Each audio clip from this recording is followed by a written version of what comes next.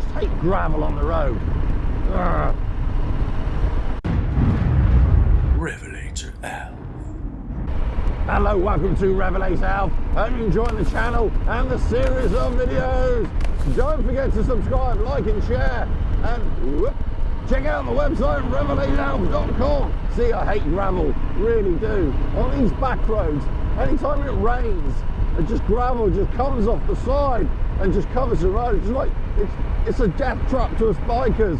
It's like marbles. And it always seems to collect on a bend as well, which is right pain.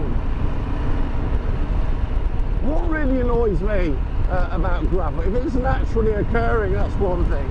But sometimes you see it's being dropped by, you know, gravel lorries or building lorries and stuff, and they drop sand or they drop gravel, and nobody seems to pick it up. Mud, you know, from farmers' fields as well.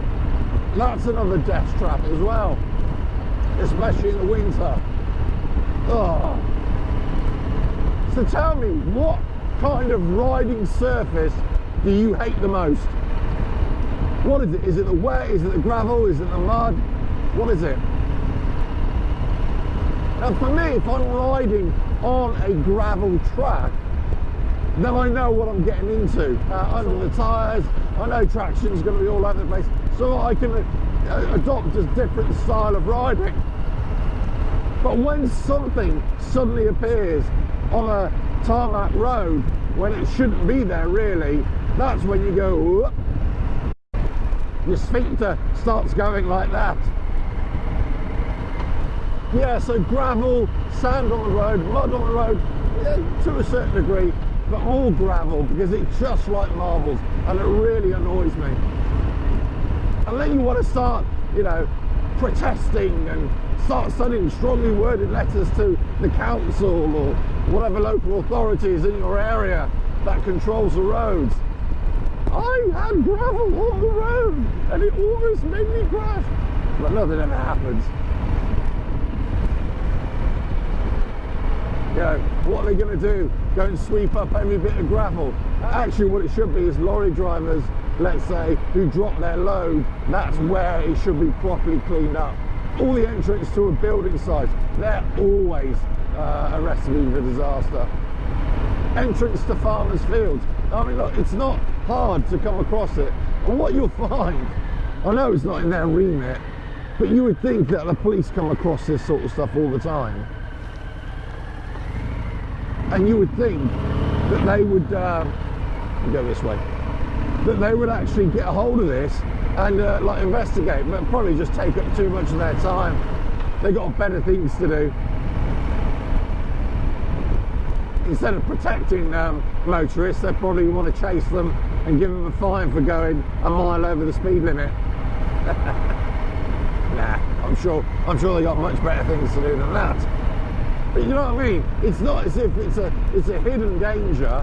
It is an obvious danger, and it is something that affects definitely us on two wheels, more so than any other. And cyclists as well, I suppose it really affects. But definitely as bikers, we tend to go faster, and we're going to be going into those bends. Yeah, it's not great. So what's the solution? Well, keep your eyes peeled. That's it. This is where I came to argue a lot of advanced riding techniques or off-road riding techniques, where they'd say you've got to look down the road a little bit. But I would always say, actually, you've got to look at both. Down the road, in the distance, but also right in front of your tyre to a certain degree, exactly what you're going to be riding over. And you really got to moderate your speed, especially now in changing seasons, where you start to get lots of debris on the road, different kinds of debris. If you're going to be riding on twisties any time of the year, always bear that in mind. There could be something on the road surface, especially on the bend, so you're either going to have to ride around it, roll over it, you know, or don't start applying a handful of front brake just to slow you down, because you know you're going to come a cropper really. You know, I've gone this way and I've totally forgotten the route. What a muppet. Lots of gravel on the road here, on the centre part. What I tend to do is, when I know there's gravel on the road, I tend to follow the wheel marks from cars and lorries. Stay out of the rough bit. So my position over the road is constantly changing. It's not the kind of perfect line. God, it's dark through here, blimey. Woohoo!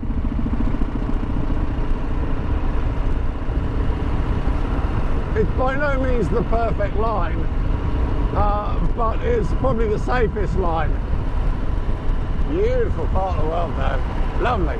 I love riding through this kind of environment, through forest roads. Lovely. Starry, starry night. Picture palace, blue and grey. And look out on a summer's day. You sure? I don't think so. Not very summery today, that's for sure. Down the hill I go. Woohoo! Into the depth. It's like going into a black hole here. Some great little forest rides around here as well, if you know where to go. So look, all gravel on it. You just roll over it, just roll over it. Off the brakes. Slow down as well before you get to it. God, that was a horrible one. It was right at the bottom of the camber, right at the bottom of the hill, off camber, on the bed, it was all on there. Ah. I know lots of, I mean, it's not only riding on gravel when it shouldn't be there. I mean, look at it, it's all over the place here. But it's when you try and put your feet down as well, and your feet go. You know, so easily done to drop your bike or come off your bike on gravel on the roads. It is just like being on marbles. I suppose ice, black ice, is probably another really scary one, isn't it? Especially for us bikers. Yeah, black ice, that is because you can't see it, you don't know where it is, it just suddenly appears, and that's it, you're off within a split second. So yeah, you got no warning of that one, so I think that tops the gravel. It's got you really, hasn't it? I do love this time of year, just starting to get into autumn, the leaves are starting to turn.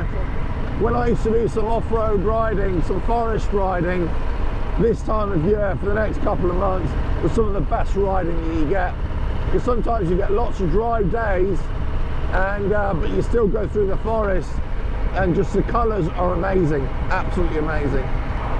And also this time of year, getting into winter, well, probably a little bit more into winter I should say, that's when a lot of the greenery starts dying away, and a lot more paths are a lot clearer to see. A lot more trails are easier to see as well. Can't do that on my Harley though. I wouldn't last 5 minutes on this bike. But anyway, I thought I'd bring this to you.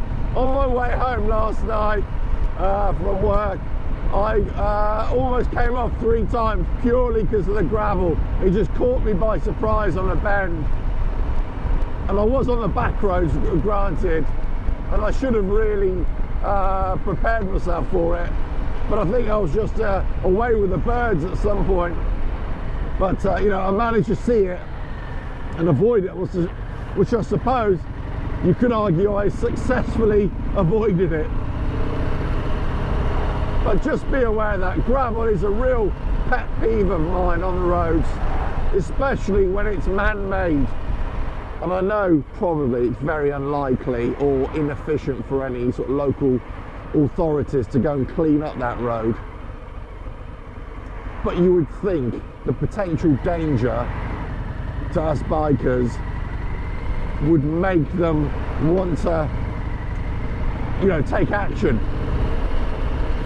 And these roads, a lot of them are covered in gravel for long periods of time as well. So it's not as if they, you know, come and go overnight.